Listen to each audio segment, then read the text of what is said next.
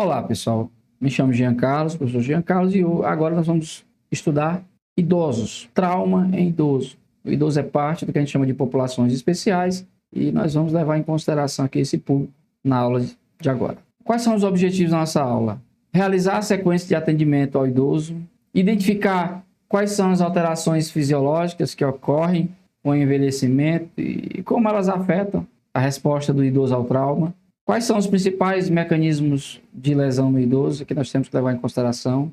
Vamos ver o TCE no idoso, o traumatismo crânioencefálico no idoso, a fratura de pelve, a fratura de costela no idoso. São traumas muito comuns, então a gente tem que dar uma olhada de como o idoso responde a essas situações e reconhecer os sinais mais comuns de maus tratos no idoso. Falando um pouquinho de epidemiologia no caso do idoso, olha só. A maioria dos países, pessoal, apresenta um crescimento da população idosa. Então, a expectativa de vida, ela vem aumentando. Que bom, né? Inclusive no Brasil. Então, a gente vai ter uma população cada vez mais idosa. Portanto, é importantíssimo nós sabemos atuarmos diante dessa população quando ela apresenta um trauma. Uma vez que as respostas dela a esse trauma, a nossa reanimação e também ao trauma, são diferentes. Então, até 2050, pessoal, quase 20% da população mundial terá mais de 60 anos de idade. Olha só que informação interessante. O trauma, ele é a quinta causa de morte na população idosa. Adultos idosos apresentam maior mortalidade do que não idosos com o mesmo trauma. Então, se o cara tem a mesma situação, o idoso apresenta mortalidade maior. Por quê? Vamos ver aqui alguns motivos. E o que contribui, então, para esse aumento de mortalidade no caso da população idosa? O que está acontecendo, né? Então, assim, os estudos apontam que falhas na avaliação do idoso quando ele está na emergência, quando ele está grave, aumentam a mortalidade. Por isso a necessidade da gente estar aqui discutindo o que você tem que levar em consideração, quais são as principais alterações que o idoso dá como resposta ao trauma, que se eu deixar passar, vai aumentar a mortalidade dele. Então, assim, pessoal, a gente tem um envelhecimento do sistema orgânico, a gente tem doenças pré-existentes, tudo isso é fator: diabetes, hipertensão, dislipidemia, demência, maus tratos em idosos, abuso de substâncias e também a depressão. Então, são 5 grandes fatores aí que contribuem para a mortalidade, aumento de mortalidade do idoso. Jean, e aí? O que eu tenho que levar em consideração aí? Quais são os efeitos do envelhecimento, no impacto dessas condições pré-existentes que ele tem na reanimação dele? Pessoal, eu queria agora, você me pergunta, Jean, qual é esses efeitos do envelhecimento e o impacto dele nas condições pré-existentes? Pessoal, eu recomendo a vocês fazer o curso do PHTLS, é o Suporte Avançado de Vida no Trauma. É um programa da NIMT, é o maior curso de pré-hospitalar do mundo. Se tiverem a oportunidade, procurem um centro de trauma homologado pela NIMT na sua região, um centro de qualidade, e façam o PHTLS, eu indico.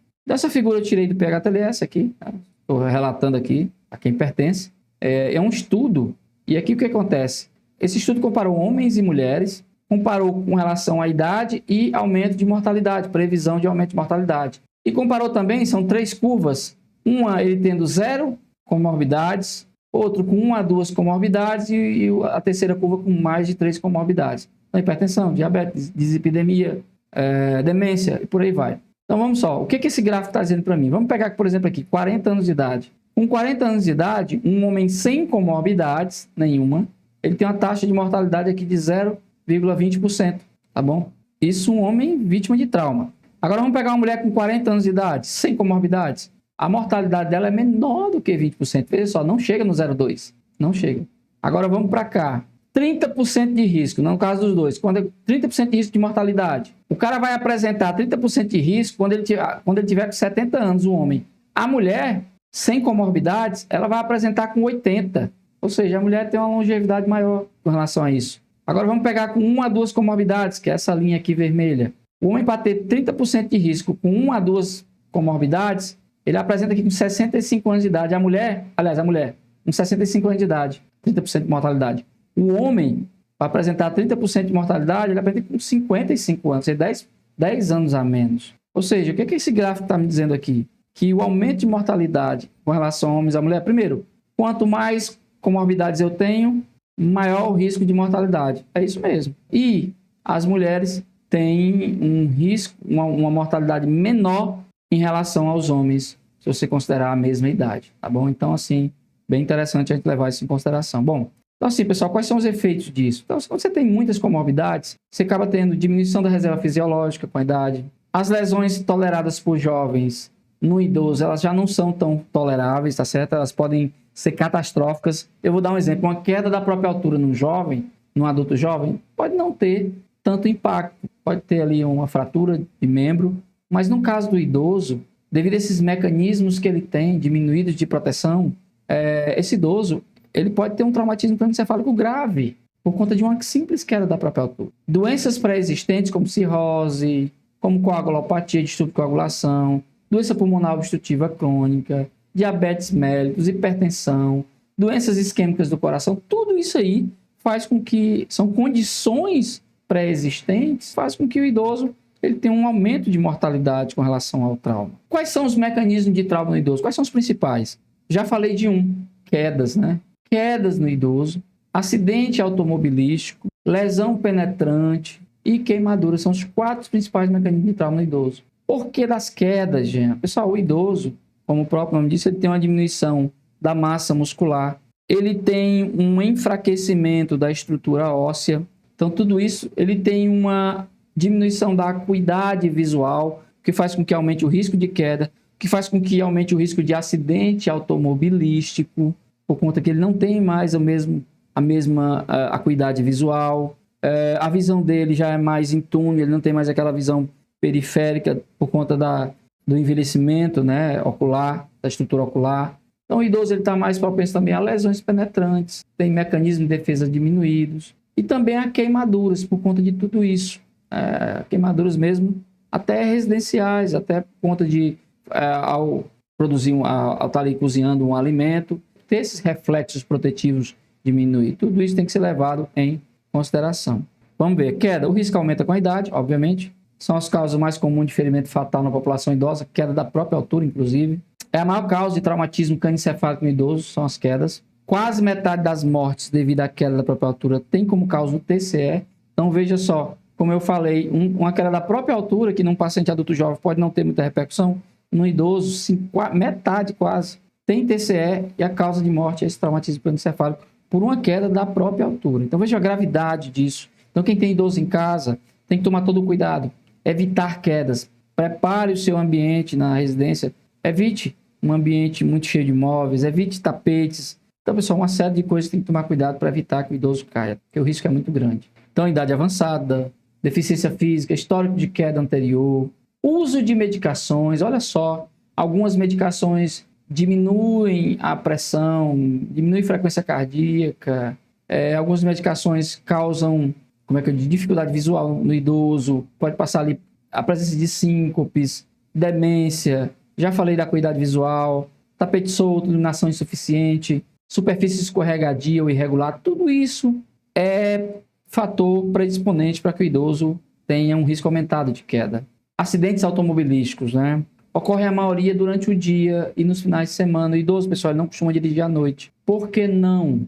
Porque a acuidade visual dele é diminuída. Ele sabe que não é legal. Ele tem um medo de dirigir à noite porque já não se sente confortável em dirigir à noite. Dirige mais. A maioria dos acidentes com idosos são de dia e nos finais de semana. Geralmente em velocidade menor do que a do condutor jovem. Ele é mais prudente. Fatores que contribuem. Ora, o idoso ele tem um tempo de reação lentificado. Tem um aumento da área de ponto cego, aquela visão mais em túnel. Diminuição da audição, então ele já não escuta tão bem. Talvez o alerta dos outros transeuntes, dos outros condutores. E problema médico, com IAM, AVC e arritmia. Vocês estão vendo aqui uma foto de uma ocorrência, tá certo? E aqui um idoso, ele acabou tendo um AVC e acabou perdendo o controle do carro e batendo num caminhão. Então você veja que ele tem uma comorbidade, teve um AVC ali e aí acabou depois apresentando um trauma, tá bom? Então é só para exemplificar esse tipo de situação. Queimaduras. Ora, a queimadura no idoso, ela tem maior mortalidade, no caso de pequenas e moderadas queimaduras, tá bom? O idoso, ele está mais propenso a morrer em pequenas e moderadas queimaduras do que o paciente não idoso. Ele tem um tempo menor de resposta durante incêndio para poder conseguir escapar. Líquido quente, ele tem maior gravidade, queimadura por líquido quente. Lembre que, no caso, a elasticidade da pele não é a mesma, né? Ele tem uma diminuição da massa muscular. Então, alterações na pele que ele apresenta com a idade. Então, tudo isso faz com que as queimaduras por escaldadura sejam mais graves no idoso. Lesão penetrante não é a causa mais comum de trauma nessa população, não é, mas é a quarta causa mais comum de morte em indivíduo com mais de 65 anos. Interessante, né?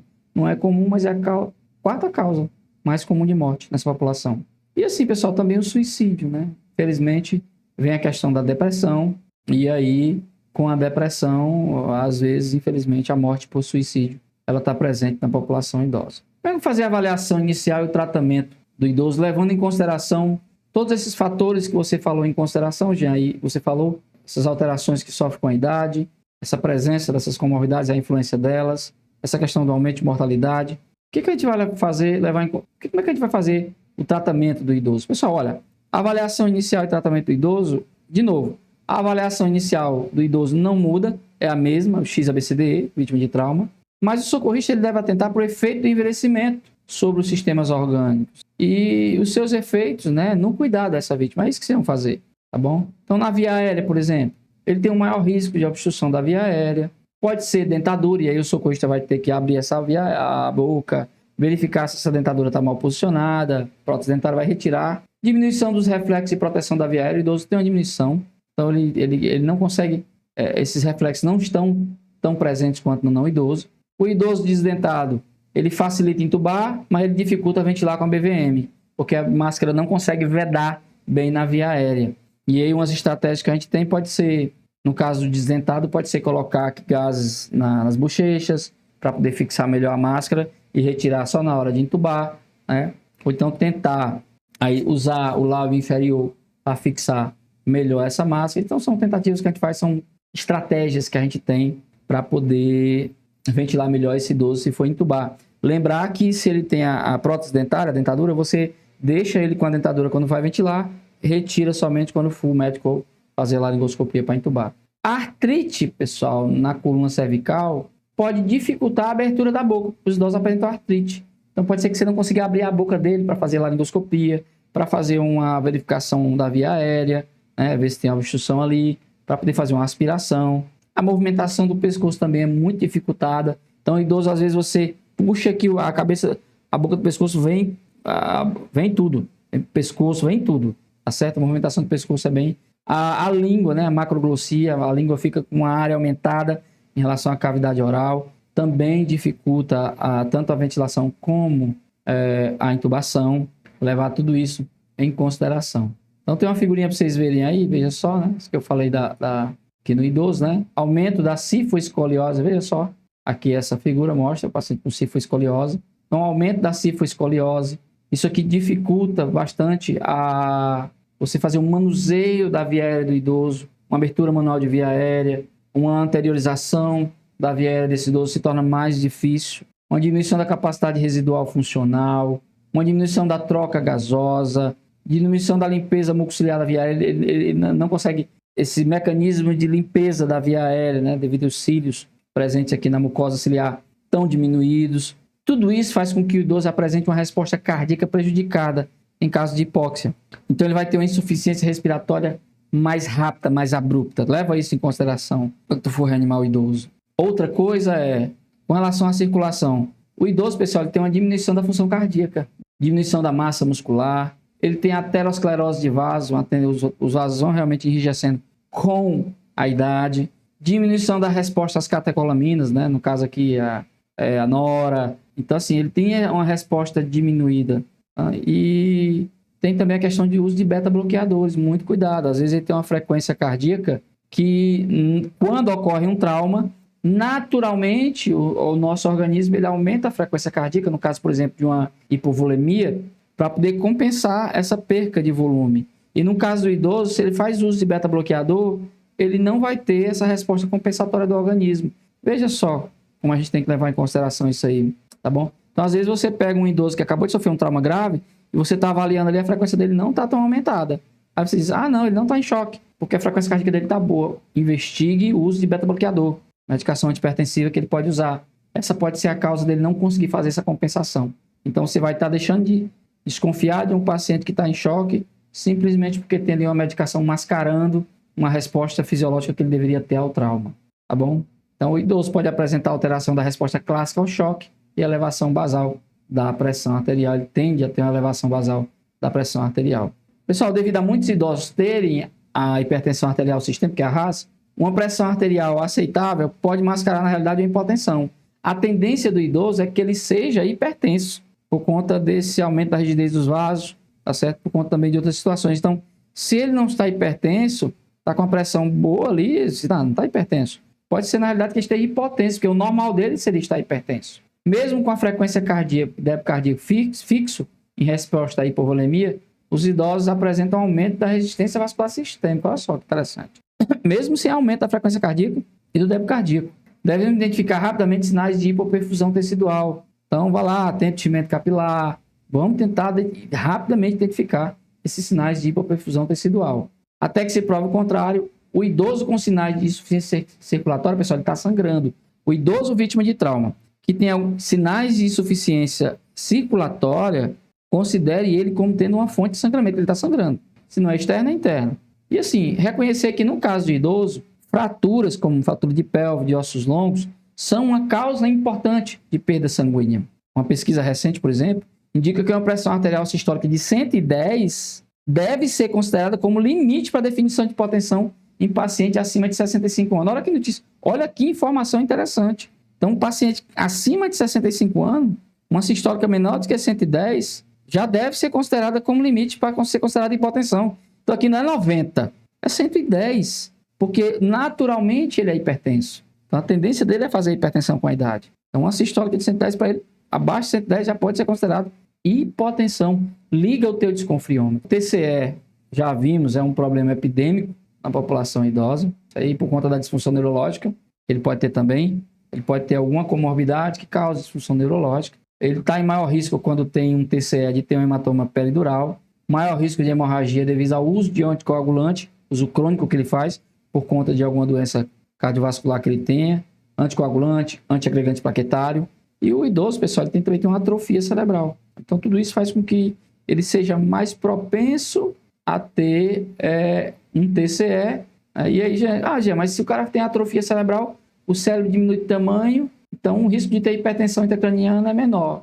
O problema, pessoal, é porque no caso do idoso, ele vai sofrer um TCE, vai sangrar e vai demorar mais tempo para ter os sinais clássicos de hipertensão intracraniana. Então, esse idoso aí, ele vai ter um intervalo lúcido aí entre o trauma e a apresentação dos sinais clássicos de hipertensão intracraniana. Então, cuidado com isso aí. Esse idoso tem que ficar em observação no hospital, fazer tomografia, ficar em observação, para acompanhar essa evolução desse quadro dele.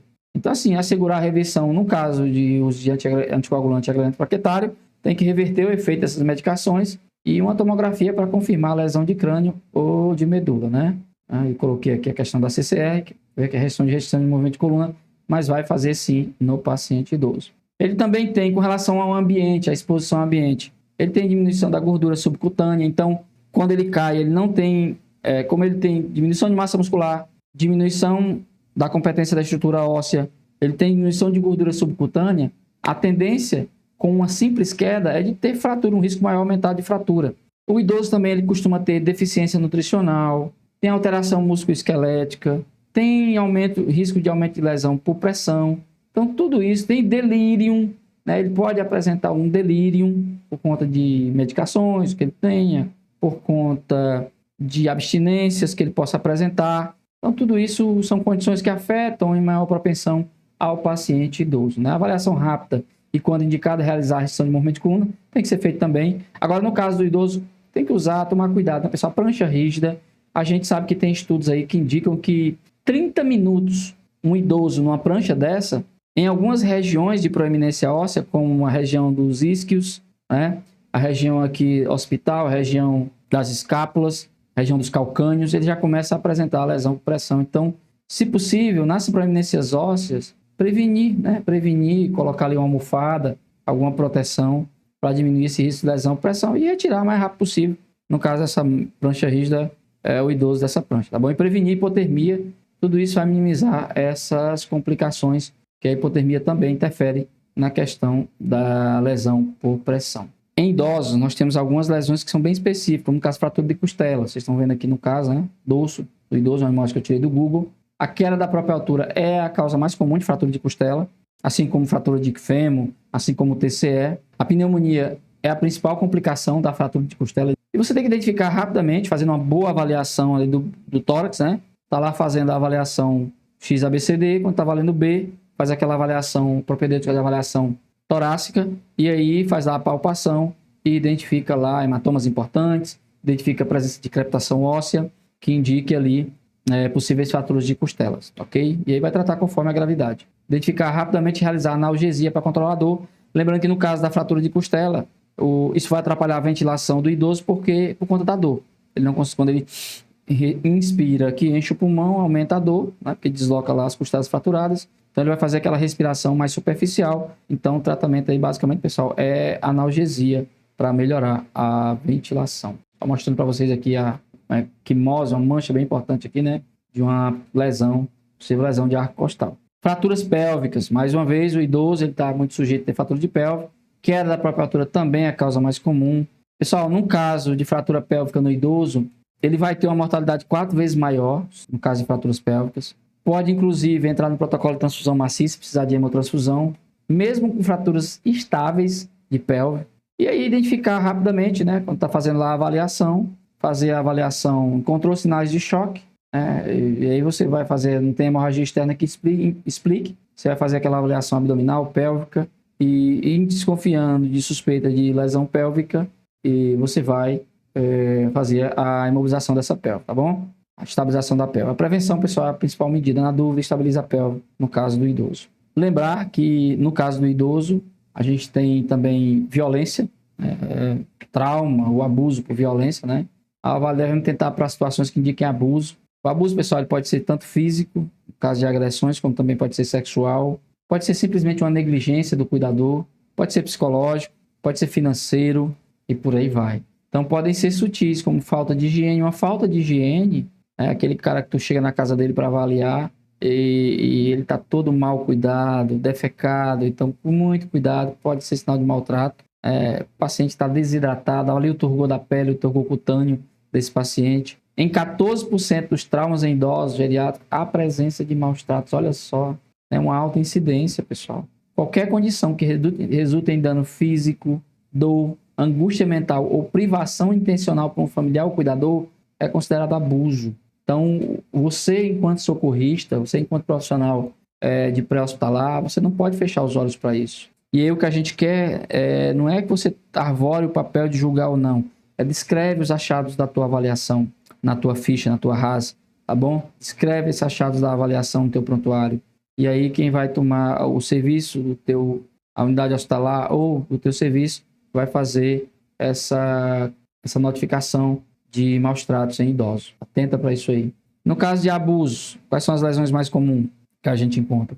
Lesão por pressão não tratada é aquele idoso que tu entra, vai avaliar ele e ele apresenta ali uma lesão por pressão, uma escara sem nenhum tratamento. Esse é um sinal, pode ser um sinal de maus tratos. Fraturas não tratadas, aquele idoso que já tem uma fratura que calcificou, nem tratada foi, né? Lesões em vários estágios de evolução, que o idoso está sempre caindo, tem vários hematomas pelo corpo em diferentes estágios de evolução, está errado. Isso é um sinal de maus tratos, provavelmente. Queimadura por contato, queimadura por escaldadura, né? Tá errado. Então, cuidado com isso aí, pessoal. Avalie isso aí, né? Quando a história não bater com os teus achados físicos no exame, ou seja, você está avaliando aí, ao descrever, o cuidador diz que não, foi escaldadura, foi água quente que caiu em cima dele. Você liga o desconfiômetro, verifica ali mesmo se realmente aquele idoso estava em condições de realmente se queimar por escaldadura, porque não é comum, tá bom? Não é tão comum, mas verifica o mecanismo, se bate com a história, com as lesões que você encontra, tá bom? Desconfie e realize uma avaliação mais detalhada. Foca na avaliação e descreve lá direitinho na tua RAS o que você encontrou. Deixando as referências. Nossa grande referência é o PHTLS, o ATLS lá da 10ª edição, o Manual do AUS, o Manual de Via Aérea e as diretrizes 2020 da American Heart Association. A gente tirou algumas informações de lá. Forte abraço a todos.